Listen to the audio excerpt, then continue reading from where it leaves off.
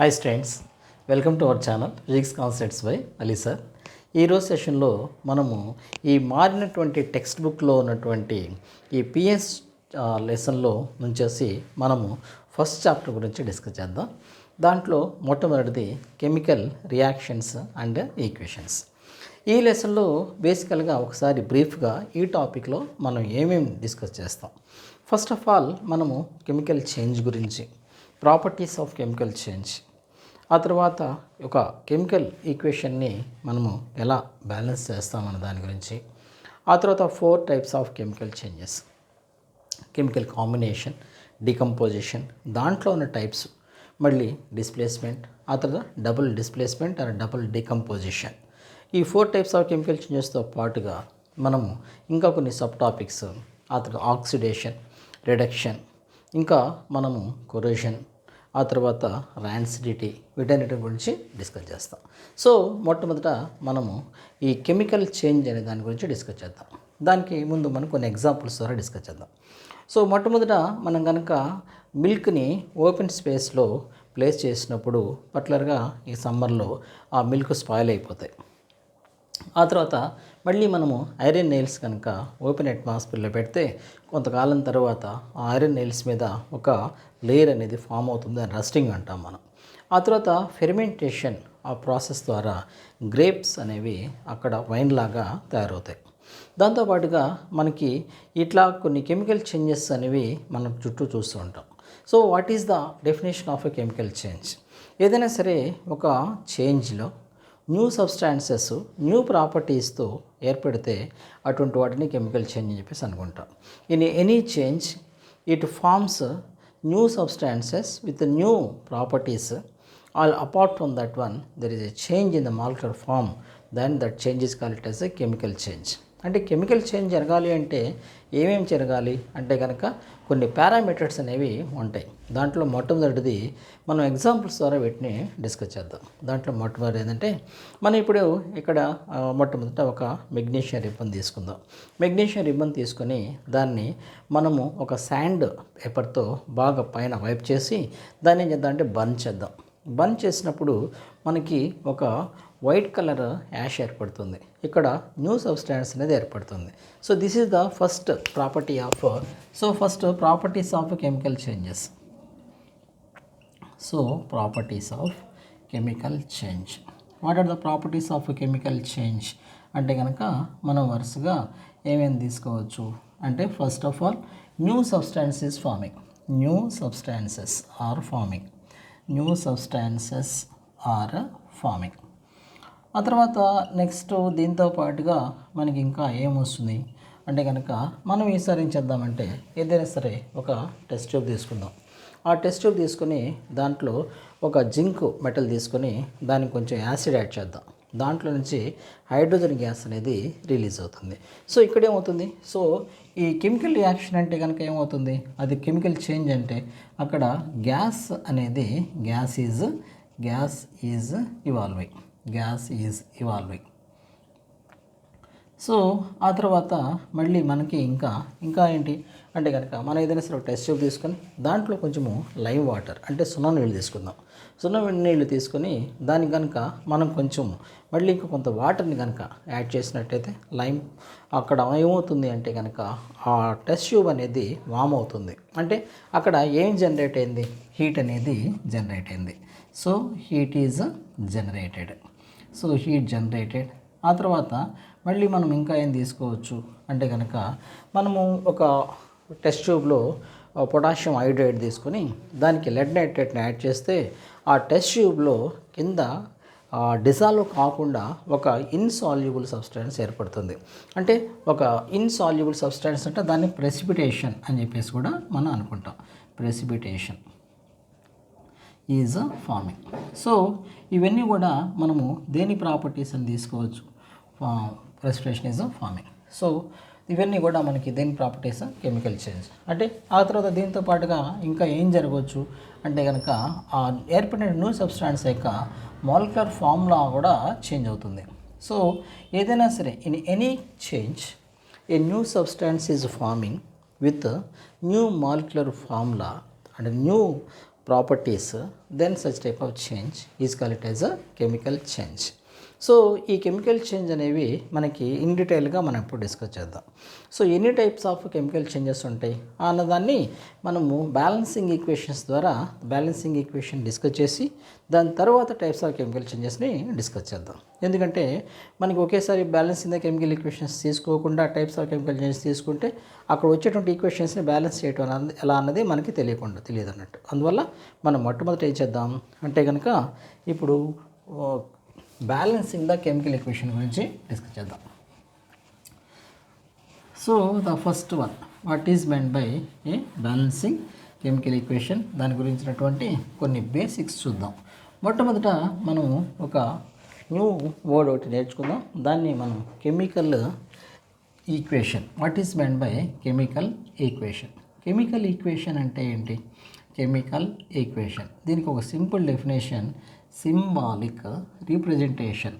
Symbolic representation of A chemical change.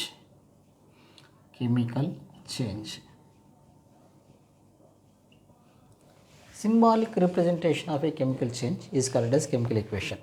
అంటే మనకి ఒక కెమికల్ చేంజ్ని సింబల్స్ ద్వారా ఎక్స్ప్రెస్ చేస్తే దాన్ని సింబాలిక్ రిప్రజెంటేషన్ అంటాం.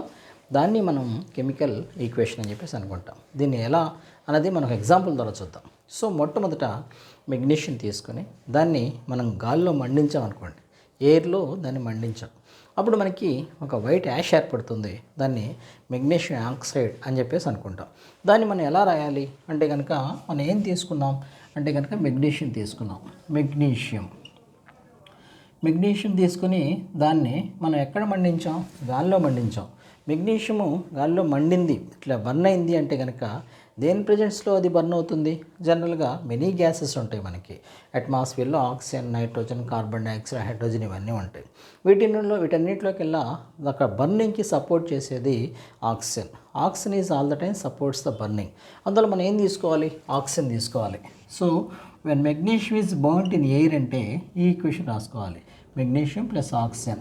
ఈ రెండు కలిసి మనకి ఒక వైట్ యాష్ ఏర్పడుతుంది అనుకుంటున్నాం కదా, దాన్ని మనము మెగ్నీషియం ఆక్సైడ్ అని చెప్పేసి మనం అనుకుంటాం. సో ఇప్పుడు ఇట్లా మనం కనుక ఈ వర్డ్స్ రూపంలో ఈక్వేషన్ రాస్తే దీన్ని మనము వర్డ్ ఈక్వేషన్ అని చెప్పేసి, వర్డ్ ఫామ్ అని చెప్పేసి అనుకుంటాం. Word form of chemical change. ఈ కెమికల్ చేంజ్ని ఇట్లా వర్డ్స్ రూపంలో రాస్తే దాన్ని మనం వర్డ్ ఫామ్ అని చెప్పేసి అనుకుంటాం. సో ఇక్కడ దీని ద్వారా మనకి ఏమవుతుందంటే ఇన్ఫర్మేషన్ సఫిషియెంట్గా ఉండదు. ఆ తర్వాత మనం ఈక్వేషన్ని కూడా ప్రాపర్గా అర్థం చేసుకోలేము. దానికోసం మళ్ళీ మోరోవర్ ఏంటంటే it occupies lot of space. అందుకోసం మనం దాన్ని షార్టెన్ చేయాలంటే ఏం చేయాలి? దాని సింబల్స్ రాసుకోవాలి. సో మెగ్నీషియం సింబల్ అక్కడ మనకి తెలుసు Mg ప్లస్. ఆక్సిజన్ సింబల్ ఏం రాయాలి? ఓ అని రాస్తే అది రాంగ్ అవుతుంది. ఎందుకని? ఆక్సిజన్ అనేది ఎప్పుడు కూడా అది ఒక గ్యాసెస్ ఎప్పుడు కూడా డయాటామిక్స్ లాగే ఉంటాయి. అందువల్ల O2 అని రాసుకోవాలి. ఆక్సిజన్ కానీ ఎప్పుడైనా సరే సెపరేట్గా ఒక గ్యాస్ వస్తే దాని ఫార్ములా రాయమంటే దాని సింబల్ అంటే కనుక ఒకే లెటర్ ఉంటుంది.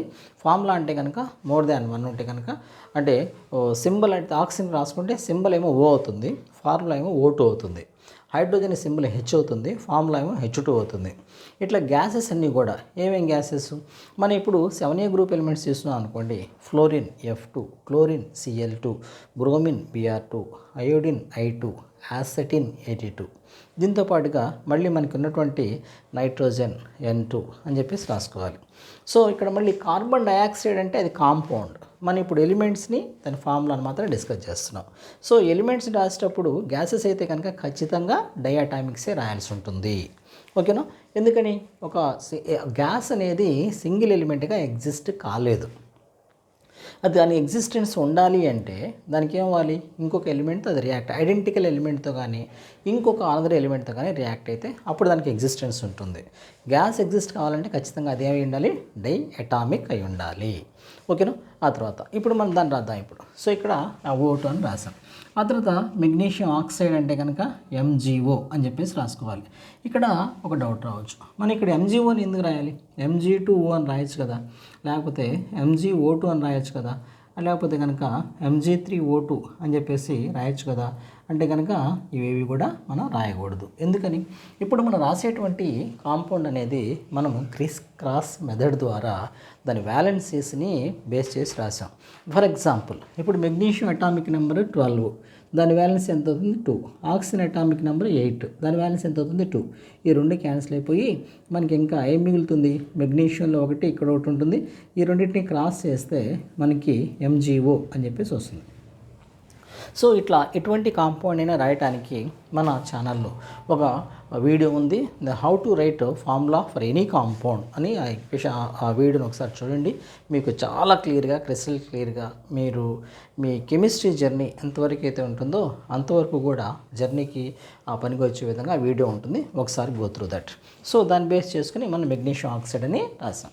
దీన్ని మనం అనుకుంటాం కెమికల్ ఈక్వేషన్ అని చెప్పేసి అనుకుంటాం. What is this one? Is a chemical equation.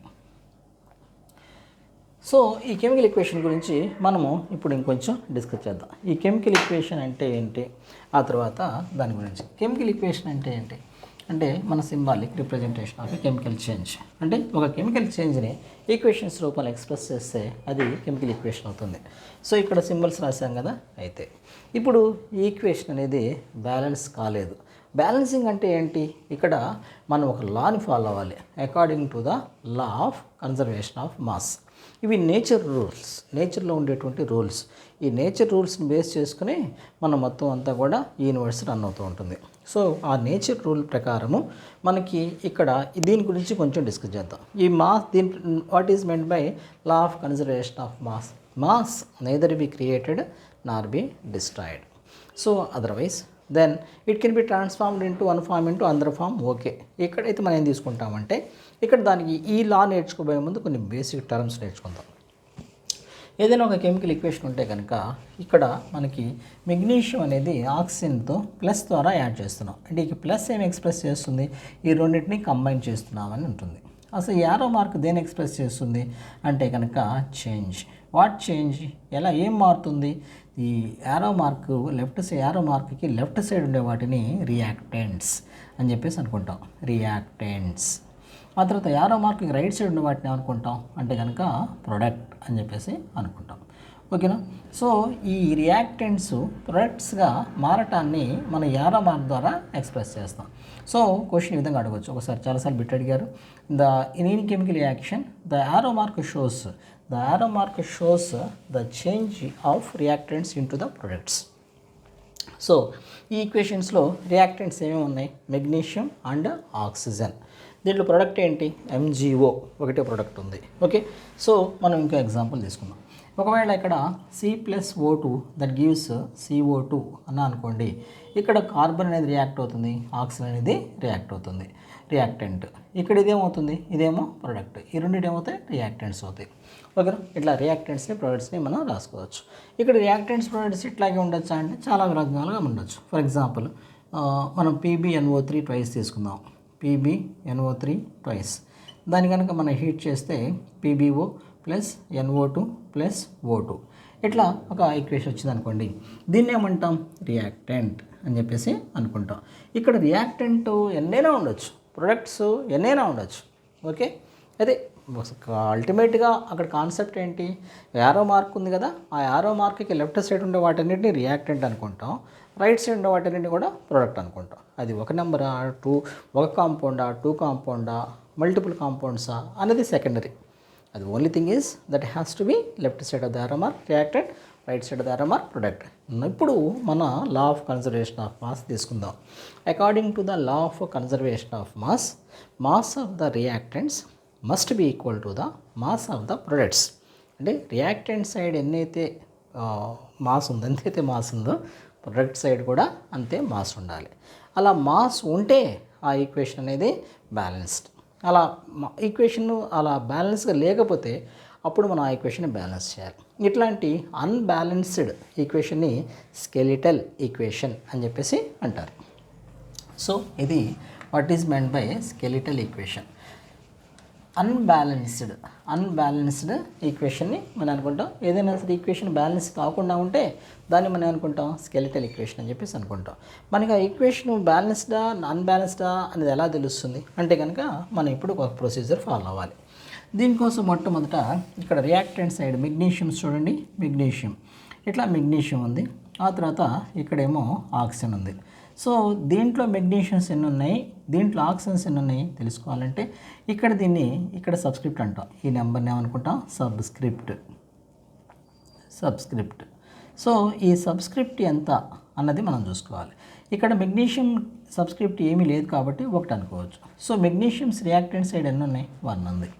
Oxygen దగ్గర సబ్స్క్రిప్ట్ ఎన్ని ఉన్నాయి, ఆక్సిజన్ దగ్గర సబ్స్క్రిప్ట్స్ 2 ఉన్నాయి. సో మనము ఇటువైపు తీసుకుందాం. మెగ్నీషియం ఆక్సైడ్ ఉందనుకోండి, దీనికి మెగ్నీషియం కింద ఎంత ఉంది నెంబరు 1. సో మెగ్నీషియమ్స్ ఇక్కడ మెగ్నీషియం ఎక్కడ ఉందో 1 ఉంది. ఆక్సిజన్స్ ఎన్ని ఉన్నాయి 1 ఉంది. సో ఇక్కడ ఆక్సిజన్ 1 ఉన్నట్టు. ఓకే, ఆ తర్వాత ఇంకా కొన్ని చూద్దాం, కొన్ని ఎగ్జాంపుల్స్ చూద్దాం. ఒకవేళ మనకి కనుక MgOH ట్వైస్ అని ఇచ్చారనుకోండి, అప్పుడు మెగ్నీషియమ్స్ ఎన్ని ఉన్నాయి దీంట్లో, దీని కింద మెగ్నీషియం కింద ఎంతైతే నెంబర్ ఉందో దాన్ని మాత్రమే కన్సిడర్ చేయాలి, ఈ నెంబర్ని కాదు. సో మెగ్నీషియం అనేది ఎన్ని ఉన్నాయి, కేవలం 1 ఉంది. మరి ఆక్సిజన్స్ ఎన్ని ఉన్నాయి, ఇక్కడ 1 ఉంది. దీన్ని ఈ బయట ఉన్నటువంటి బ్రాకెట్ బయట ఉన్న దాని నెంబర్తో మల్టిప్లై చేయాలి. అప్పుడు ఆక్సిజన్స్ ఎన్ని వస్తాయి, 2 వస్తాయి. ఆ హైడ్రోజన్ దగ్గర ఏమున్నాయి, ఏమి లేదు. ఇక్కడ బ్రాకెట్ అనేది ఆక్సిజన్కి హైడ్రోజన్కి 2గా పనికి వస్తుంది. సో ఇక్కడ 1 × 2 అంటే కనుక ఇక్కడ హైడ్రోజన్స్ ఎన్ని ఉన్నాయి, 2 ఉన్నాయి. ఓకే, ఆ తర్వాత మళ్ళీ మనము ఇంకో ఎగ్జాంపుల్ తీసుకుందాం. ఇప్పుడు మనము PbNO3 ట్వైస్ అని ఇట్లా ఒక కాంపౌండ్ ఉందనుకోండి. ఇప్పుడు లెడ్స్ ఎన్ని ఉన్నాయి, పీబీ కింద పీబీని లెడ్ అంటాం, ప్లంబం. సో ఇక్కడ పీబీ కింద ఏం నెంబర్ లేదు కాబట్టి అప్పుడు లెడ్ ఎన్ని ఉన్నాయి, 1 ఉన్నాయి, 1 మాత్రమే ఉంది. నైట్రోజన్స్ ఎన్ని ఉన్నాయి, నైట్రోజన్ కింద ఏం లేకపోతే 1 అనుకుంటాం. బ్రాకెట్ ఉందేమో చూసుకోవాలి, బ్రాకెట్ బయట ఎంత ఉంది, 2 ఉంది. సో నైట్రోజన్స్ ఎన్ని అవుతాయి, అప్పుడు N అనేది 2 అవుతుంది. ఇప్పుడు ఆక్సిజన్ ఎన్ని అవుతాయి, 3 × 2 = 6 మల్టిప్లై చేయాలి, అప్పుడు 6 వస్తాయి. ఈ విధంగా మనకు ఉన్నటువంటి ఎలిమెంట్స్ని కనుక్కోవచ్చు. సో ఇప్పుడు నేను ఇంకొక చెప్తాను చూడండి. సో మీరు ఇది ట్రై చేయండి. So no let's take CaOH twice అని అనుకోండి. కాల్షియమ్స్ ఎన్ని ఉన్నాయి, 1 ఉంది. సో ఆక్సిజన్స్ ఆ తర్వాత హైడ్రోజన్స్ ఎన్ని ఉన్నాయి ఒకసారి కామెంట్ సెక్షన్లో ట్రై చేయండి. ఓకేనా, అప్పుడు మీకు అర్థమైనట్టు. అర్థం కాకపోతే కనుక మళ్ళీ ఒకసారి వీడియోని స్కిప్ చేయండి, బ్యాక్ వచ్చేసి మళ్ళీ చూడండి. ఓకే, ఈ విధంగా మనకి ఎన్నైతే ఎలిమెంట్స్ ఉన్నాయి అవన్నీ చూసుకోవాలి. ఇప్పుడు మనం ఏం చేయాలి, 2 వైపులా బ్యాలెన్స్ చేయాలి. 2 వైపులా బ్యాలెన్స్ చేయాలంటే ఒక ఇంపార్టెంట్ కాన్సెప్ట్ ఏంటంటే ఇక్కడ మనము చాలా ఇంపార్టెంట్ ఏంటంటే మనం ఈ నెంబర్స్ని యాడ్ చేయాల్సి ఉంటుంది. నెంబర్స్ని ఎక్కడ యాడ్ చేయాలి, కేవలము ప్రిఫిక్సెస్ మాత్రమే. ఇది చాలా ఇంపార్టెంట్ నోట్. ఏం చేయాలి, కేవలము ప్రిఫిక్స్ మాత్రమే యాడ్ చేయాలి. అంటే ఇక్కడ మనము ఈ మెగ్నీషియం 2 చేయాలనుకోండి, అప్పుడు ఏం చేయాలి, ఇక్కడ మనము ఈ మెగ్నీషియం 2 అని రాయాలి తప్ప ఇది కరెక్ట్. సో Mg2 అనేది ఇది రాంగ్ అవుతుంది. ఓకే, ఆ తర్వాత మళ్ళీ ఇప్పుడు మనము ఈ ఆక్సిజన్ని 4 చేయాలి, 4 ఆక్సిజన్స్ కావాలి మనకి. అప్పుడు ఏం చేయాలి, ఇది రాంగ్ అవుతుంది, ఇది 4, ఇది రాంగ్. మరి ఎలా చేయాలి అంటే కనుక ఉన్నటువంటి ఆక్సిజన్ని మనం ఏం చేయాలి, 2తో మల్టిప్లై చేయాలి, అప్పుడు 2 × 2 = 4 అవుతుంది. ఇంకో ఎగ్జాంపుల్ చూడండి. ఒకవేళ వాటర్ ఉందనుకోండి, H2O, దీంట్లో మనకి ఒక 6 ఆక్సిజన్స్ కావాలి. అప్పుడు ఏం చేయాలి, ఇది రాంగ్ అవుతుంది. ఆ తర్వాత H2O 6O ఇది కూడా రాంగ్ అవుతుంది. మరి ఏది కరెక్ట్ అవుతుంది అంటే కనుక H2O 6 ఇట్లా ప్లేస్ చేయాలి. అప్పుడు ఈ 6 అనేది ఇది కరెక్ట్ మెథడ్. ఈ 6 అనేది దీనికి అప్లై అవుతుంది, దీనికి కూడా అప్లై అవుతుంది. అప్పుడు హైడ్రోజన్స్ ఎన్ని వస్తాయి, 6 × 2 = 12 హైడ్రోజన్స్ వస్తాయి. దాంతోపాటుగా ఆక్సిజన్స్ ఎన్ని వస్తాయి, 6 ఆక్సిజన్స్ వస్తాయి. So oxygens 6 × 1 6 oxygens. హైడ్రోజన్స్ ఎన్ని వస్తాయి, 6 × 2 = 12 హైడ్రోజన్స్ వస్తాయి. సో ఇంకొకటి చూద్దాం చూడండి, NH3 ఇలా ఉందనుకోండి. సో మనం ఇప్పుడు దీన్ని 2తో మల్టిప్లై చేసాం, అప్పుడు నైట్రోజన్స్ ఎన్ని వస్తాయి, ఇక్కడ నైట్రోజన్ కింద ఎంత నెంబర్ ఉంది, ఏం లేకపోతే 1 అనుకోవచ్చు. సో 2 × 1 నైట్రోజన్ ఎన్ని అవుతాయి, 2 అవుతుంది. హైడ్రోజన్స్ ఎన్ని అవుతాయి, హైడ్రోజన్స్ 2 × 3 6 హైడ్రోజన్స్ అవుతాయి. సో ఈ విధంగా మనము ఎటువంటి ఈక్వేషన్ అయినా సరే బ్యాలెన్స్ చేయాలంటే ఏం చేయాలి, వాటిని కేవలం మన ప్రిఫిక్స్ మాత్రమే యాడ్ చేయాలి. ఆ ప్రిఫిక్స్ అనేది అక్కడ ఉన్నటువంటి మొత్తం అన్ని కాంపౌండ్స్కి కూడా, అన్ని ఎలిమెంట్స్కి, ఆ కాంపౌండ్లో ఉన్నటువంటి అన్ని ఎలిమెంట్స్కి కూడా అది అప్లై అవుతుంది. అప్పుడు మనం ఈక్వేషన్ని ఒక ప్రాపర్ వేలో బ్యాలెన్స్ చేసినట్టు, లేకపోతే అది రాంగ్ అవుతుంది. ఇక్కడ ఇంకొక 2 ఎగ్జాంపుల్స్ చూద్దాం. చూడండి. ఫర్ ఎగ్జాంపుల్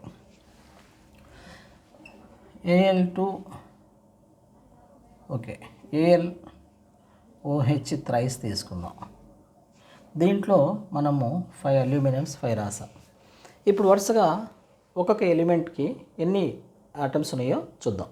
ఇప్పుడు అల్యూమినియం తీసుకుందాం. అల్యూమినియం అటామిక్ ఇక్కడ ఏ నెంబర్ ఉంది ఆ నెంబర్ చూసుకోవాలి. ఇక్కడ అల్యూమినియం, ఇక్కడ 5ని 1తో మల్టిప్లై చేస్తే అప్పుడు మనకి ఎంత వస్తుంది? 5. ఓకే. ఆ తర్వాత ఇక్కడ ఎన్ని ఆక్సిజన్స్ ఉన్నాయి? 5. ఇక్కడ ఏం లేదు కాబట్టి 1. 5 × 1 5. బ్రాకెట్ బయట ఉన్నటువంటి నెంబర్ కూడా చూసుకోవాలి, మల్టిప్లై చేయాలి. So 5 1s 5, 5 3s 15. ఆక్సిజన్స్ ఎన్ని వచ్చినాయి? 15 వచ్చినాయి. మరి హైడ్రోజన్స్ ఎన్ని వచ్చినాయి? హైడ్రోజన్ కింద ఏం లేదు కాబట్టి 1. సో 5 × 1 5. మళ్ళీ ఈ నెంబర్ని దీనికి మల్టిప్లై చేయాలి.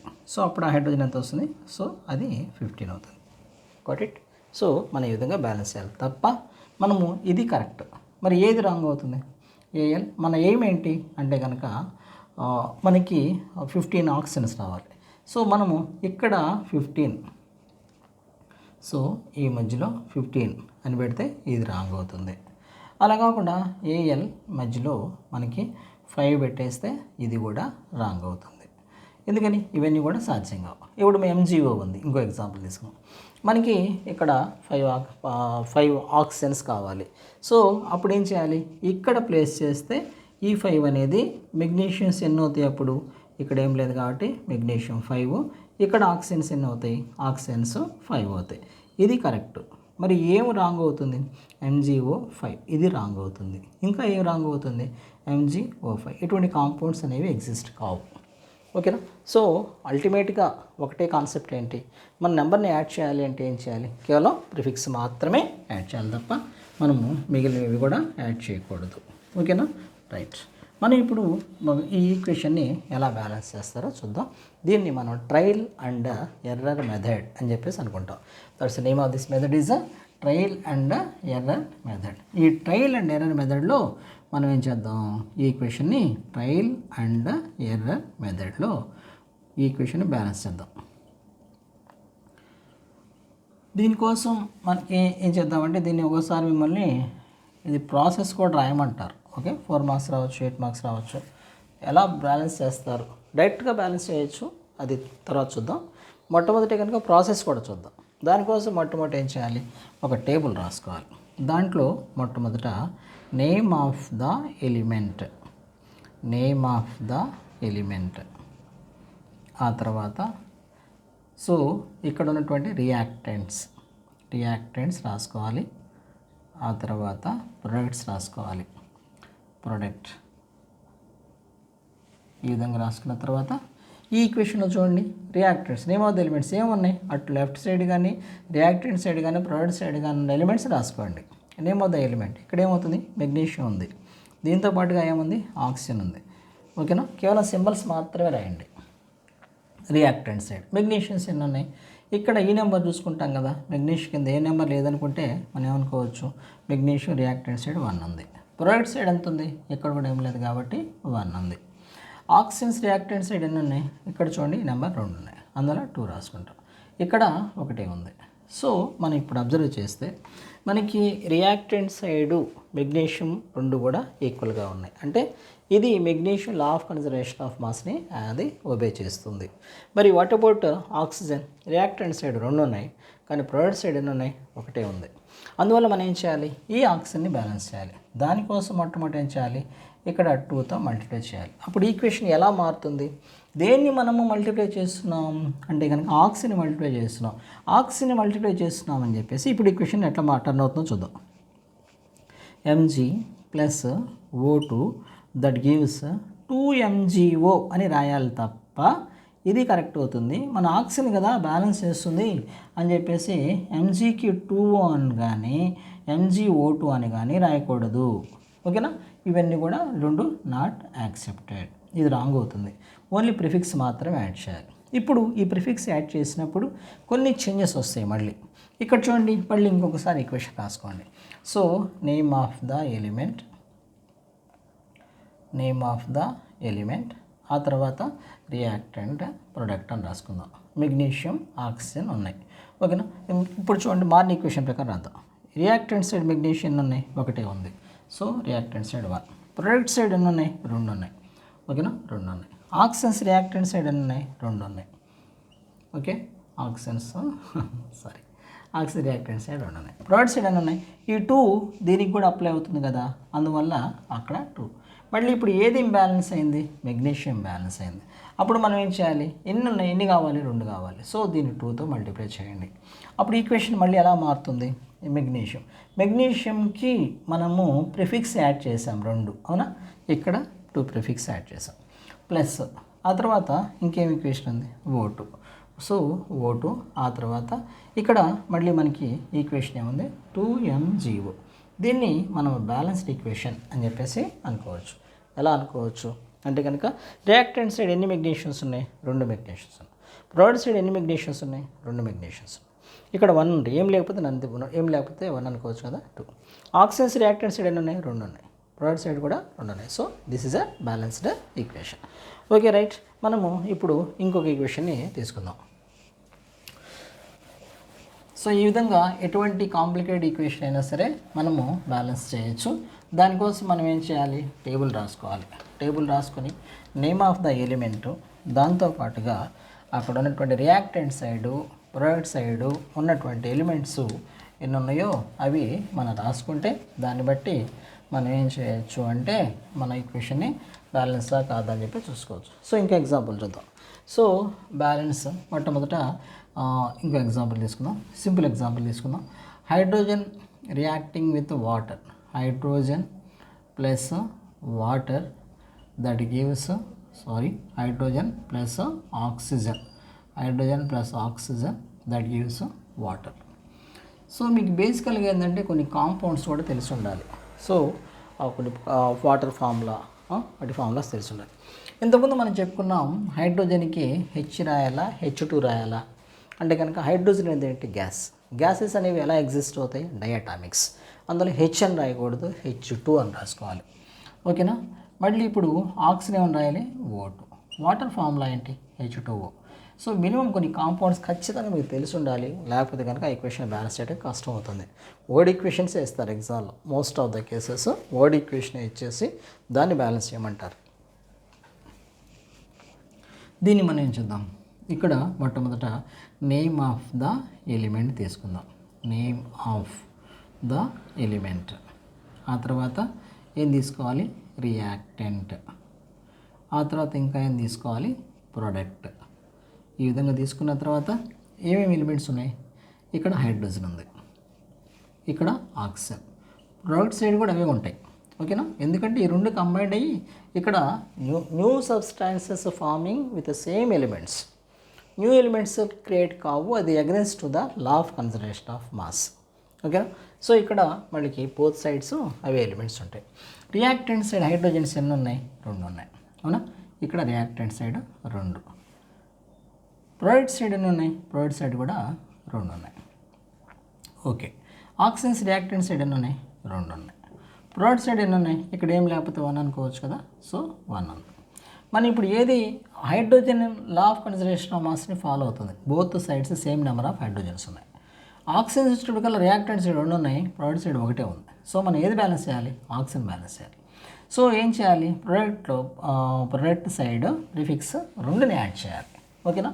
అప్పుడు ఈక్వేషన్ ఎలా మారుతుందో చూద్దాం. చూడండి, ఆ equation H2 plus O2 that gives, మనము H2ఓకి ముందు 2 పెట్టాం కాబట్టి 2H2O అవుతుంది. ఓకే. ఇక్కడ చూడండి ఆక్సిజన్ 2 ఉన్నాయి, ప్రొడక్ట్ సైడ్ 2 ఉన్నాయి, రియాక్టెంట్ సైడ్ ప్రొడక్ట్ సైడ్ 2 ఉన్నాయి. కానీ రియాక్టెంట్ అనేది ఇంబ్యాలెన్స్ అయింది. మళ్ళీ ఏం చేయాలి? ఇప్పుడు మళ్ళీ టేబుల్ రాసుకోండి.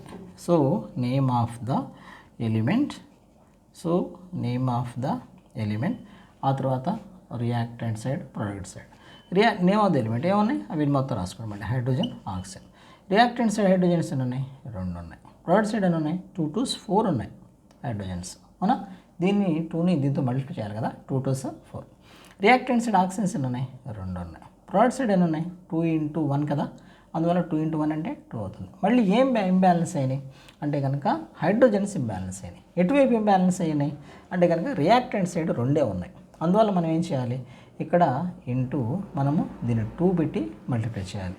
ఇప్పుడు మనకి ఈ మార్న్ ఈక్వేషన్ని మళ్ళీ ఇక్కడ రాసుకుందాం. సో ఆ ఈక్వేషన్ H2ని మనము ఇక్కడ H2కి మనం ఏం యాడ్ చేసాం, 2 యాడ్ చేసాం ప్లస్ ఆ తర్వాత ఆక్సిజన్ అలాగే యాసిటీస్గా ఉంది, దాంట్లో మనం మార్చలేదు. ఆ తర్వాత మళ్ళీ ఇంకా ఏం రాసుకున్నాం, H2 + O2 దట్ గివ్స్ మనం ఇప్పుడు దేనికి ప్రొడక్ట్ సైడ్ మనము ఆల్రెడీ 2 రాసుకున్నాం కదా, 2H2O ఉంది. ఇప్పుడు చూడండి ఇక్కడ రియాక్టెంట్ సైడ్ హైడ్రోజన్స్ ఉన్నాయి, 2 to 4 హైడ్రోజన్స్, ఇక్కడ కూడా 2 to 4 హైడ్రోజన్స్, ఆ హైడ్రోజన్ బ్యాలెన్స్డ్. ఆక్సిజన్స్ ఉన్నాయి, 2 ఉన్నాయి, ఇక్కడ ఆక్సిజన్స్ 2 ఉన్నాయి. సో ఈ విధంగా మనకి ఎటువంటి ఈక్వేషన్స్ ఇచ్చినా సరే మనం ఈ విధంగా బ్యాలెన్స్ చేసుకోవచ్చు. ఓకేనా. ఎక్కడైతే బేసికల్గా మీకు కాంపౌండ్స్ తెలిసి ఉండాలి. ఫర్ ఎగ్జాంపుల్ అమోనియా అంటే NH3 అని, ఆ తర్వాత కాల్షియం ఆక్సైడ్ అంటే CaO అని. వీటన్నిటికి కూడా మనకి ఇంతకుముందు నేను ప్రీవియస్గా చేసినటువంటి ఒక వీడియోని మీరు ఒకసారి go through that. So how to right chemical formula for any compound అని యూట్యూబ్లో ఫిజిక్స్ కాన్సెప్ట్స్ బై అలీసా అని how to right formula for any compound అని టైప్ చేయండి, ఆ వీడియో వస్తుంది. ఆ వీడియోని ఒకసారి చూడండి, ఎటువంటి కాంపౌండ్ అని మీరు రాయడానికి వీలుగా ఉంటుంది. దాంతోపాటుగా ఈ బ్యాలెన్సింగ్ ద ఈక్వేషన్ని మనం ఈ విధంగా ఎటువంటి కాంప్లికేటెడ్ ఈక్వేషన్ అయినా సరే ఈ విధంగా టేబుల్ రాసుకొని మనము ఈజీగా సాల్వ్ చేయొచ్చు. I hope that this session is helpful for you. Please support me నాన్న. Wish you all the best. Next సెషన్లో మనం టైప్స్ ఆఫ్ కెమికల్ చేంజెస్ గురించి డిస్కస్ చేద్దాం.